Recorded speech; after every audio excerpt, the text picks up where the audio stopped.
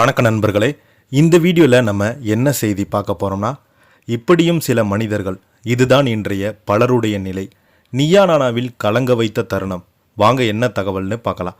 முதன்முறையாக நம்ம சேனலை பார்க்குறீங்கன்னா சப்ஸ்கிரைப் பண்ணாதவங்களாம் சப்ஸ்கிரைப் பண்ணிக்கோங்க. பெல் பட்டன் சிம்பல் அமைக்கி நம்ம சேனலோட நோட்டிஃபிகேஷனை எனபிள் பண்ணிக்கோங்க. நாங்கள் போடுற வீடியோ எல்லாமே உங்களுக்கு உடனுக்குடனே வந்து சேரும். வாங்க என்ன தகவல்னு பார்க்கலாம். விஜய் டிவியில் ஒளிபரப்பாகி வரும் நீயா நானா நிகழ்ச்சியில் இந்த வாரம், அதாவது ஆகஸ்ட் 9ஆம் தேதிக்கான எபிசோடில் தலைப்பே இல்லாத விவாதம் நடைபெற்றது. இதில் பலருடைய தங்களுடைய மனதில் இருக்கும் கேள்விகள், குழப்பங்கள், வேதனைகள், சந்தேகங்கள் என பல விஷயங்களை பகிர்ந்து கொள்கிறாங்க. இந்த தருணத்தில் தான் இன்றைய சூழ்நிலையில் பலருடைய தங்களுடைய மனதிற்குள் அழுத்தம் கொண்டிருக்கும் வேதனையும் பலராலும் புரிந்து கொள்ள முடிகிறது.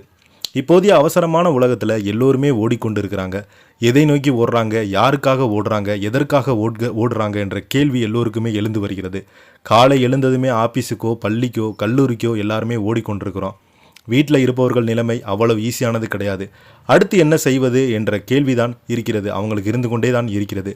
வேலைக்கு போகிறவங்க நாங்கள் வீட்டில் இருக்கிறாங்களா, தானே வேலை பார்த்துக்கிறாங்க என்று நினைக்கிறாங்க. ஆனால் வீட்டில் இருப்பவங்க நானும் உங்களுக்காக வேலை பார்க்கிறேன், எனக்காக எந்த அன்பும் எனக்கு கிடைக்கல, நீங்கள் வேலை பார்ப்பதால் பணம் வருகிறத தவிர எனக்கான நிம்மதி கிடைக்கவில்லை என்று ஏங்குகிறாங்க. சிலர் கஷ்டப்பட்டு குடும்பத்திற்கு உழைத்தாலும் அந்த கஷ்டமே குடும்பத்திற்கு தெரியாத அளவிற்கு எப்போதுமே சிடுசிடுவென இருப்பதை பார்க்க முடிகிறது. இது போன்ற ஒரு சூழ்நிலையை மையப்படுத்தி தான் இந்த வாரம் நீயா நானா நிகழ்ச்சி விவாதம் வைத்திருக்கிறாங்க. அதில் பலருமே பேசியது யோசிக்க வைத்திருக்கிறது. அதில் ஒருவர் போன்ற சூழ்நிலையை மையப்படுத்தி தான் இந்த வார நீயா நானா நிகழ்ச்சி விவாதம் வைத்தாங்க. அதில் பலர் பேசியது யோசிக்க வைத்திருக்கிறது. ஒருவர் பேசுகிறாங்க, நான் யாருக்கும் ஓடுகிறேன் என்று எனக்கே தெரியலை. இந்த நிகழ்ச்சியில் கோபிநாத் ஆரம்பத்திலே நீங்கள் நல்லா இருக்கீங்களா என்று ஒரு வார்த்தை கேட்டாங்க. அதற்கு மேல் என்ன பேசவே முடியலை. இப்போது எல்லாம் என்னிடத்தில் எல்லோருமே கேட்பது, வேலைக்கு போயிட்டியா, அதை செஞ்சியா, இது செஞ்சியா என்பதுதான். நீ நல்லா இருக்கியா என்று யாருமே என்னிடம் கேட்க கிடையாது. நானும் எனக்கும் கேட்கலை. உண்மையிலே நான் நல்லா இருக்கிறேனா இல்லையா என்று கூட எனக்கு தெரியலை என்று சொல்கிறாங்க. அந்தளவுக்கு அவங்களுக்கு மன அழுத்தம் அதிகரித்திருக்கிறது. அதே போல் இன்னொரு பெண் பேசும்போது, எனக்கு மனதிற்குள் இருக்கும் ஒரே ஆசை என்னுடைய கணவர் நீ சாப்பிட்டியாயா என்று கேட்பதுதான்.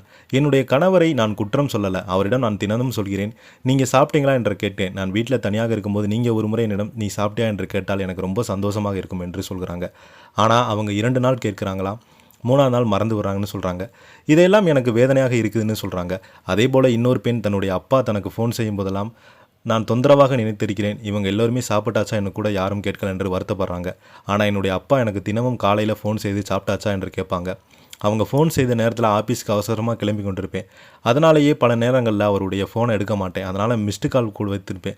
இப்போது அவர் இல்லை, எனக்கு சாப்பிட்டே என கேட்க இவர்கள் போல் எனக்கு யாருமே இல்லை என எனக்காக கால் செய்த போது தான் அதை சரியாக ரெஸ்பான்ஸ் பண்ணவில்லை.